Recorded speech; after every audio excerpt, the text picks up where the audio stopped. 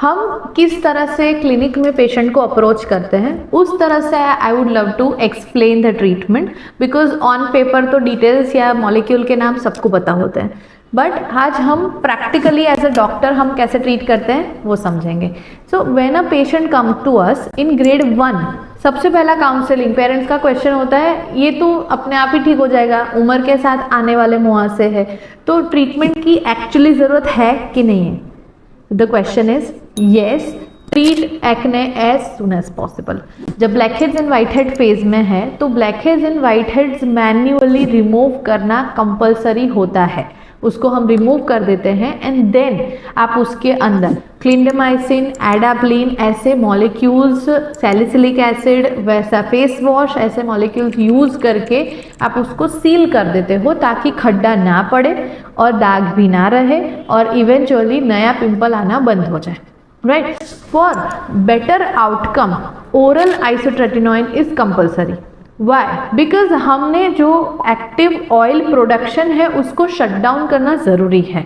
There is another video on isotretinoin, आप चाहे तो उसको भी देख सकते हैं फॉर बेटर अंडरस्टैंडिंग। आप मेरा दूसरा आइसोट्रेटिनोइन पे भी एक वीडियो है, अगर आप चाहे तो उसको भी देख सकते हैं फॉर बेटर अंडरस्टैंडिंग। तो आइसोट्रेटिनोइन क्या काम करता है कि नया ऑयल प्रोडक्शन बंद कर देगा और जो ऑलरेडी एग्जिस्टिंग क्लॉग्ड पोर है वो मैन्युअली एक्सट्रैक्शन से कम हो जाएंगे। तो आपका जो भी फेस वॉश, सनस्क्रीन आप यूज़ कर रहे हो वो एड ऑन में काम करता है। मेन ट्रीटमेंट या फॉरवर्ड ट्रीटमेंट्स आर दिस।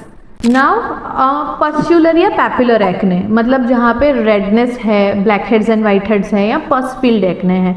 पस फील्ड एक्ने जब भी आपको है दैट मीन्स इमीडिएटली उसको रिमूव करना ज़रूरी है, बिकॉज पस बढ़ेगा उतना खड्डा बढ़ेगा।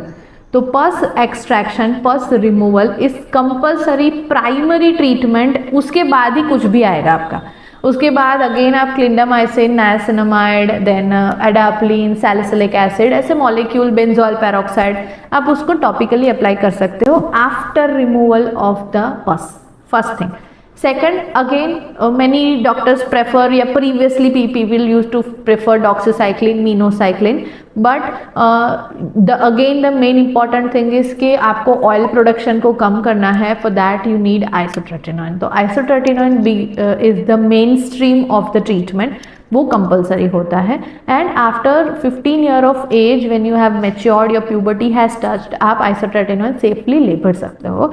Isotretinoin again I have shared a whole informative videos on that. आपकी कोई भी क्वेरीज है तो आप नीचे कमेंट्स में भी बता सकते हो।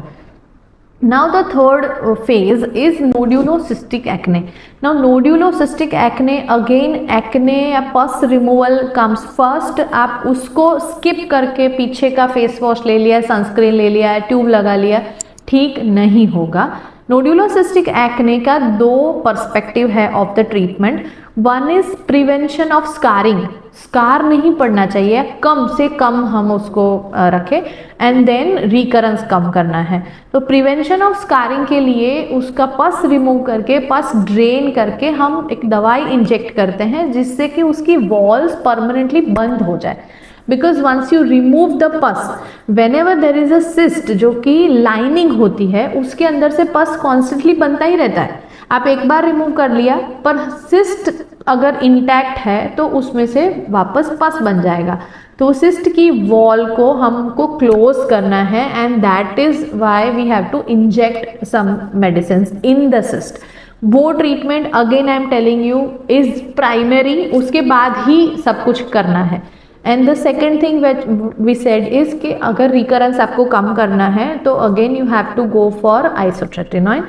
टॉपिकल्स के अंदर anything between clindamycin, adapalene, retinol, benzoyl peroxide, salicylic acid gel, niacinamide will help as a secondary add-ons. और उसके ऊपर के एड-ऑन्स में आपके सैलिसिलिक बेस्ड फेस वॉश आ जाते हैं और फोमिंग फेस वॉश आते हैं। Then you have to apply moisturizer, ceramide based, lightweight, watery based moisturizers and sunscreens. So this is a wholesome protocol of the treatment, how we treat. Now we can go to the molecule wise in the next upcoming video.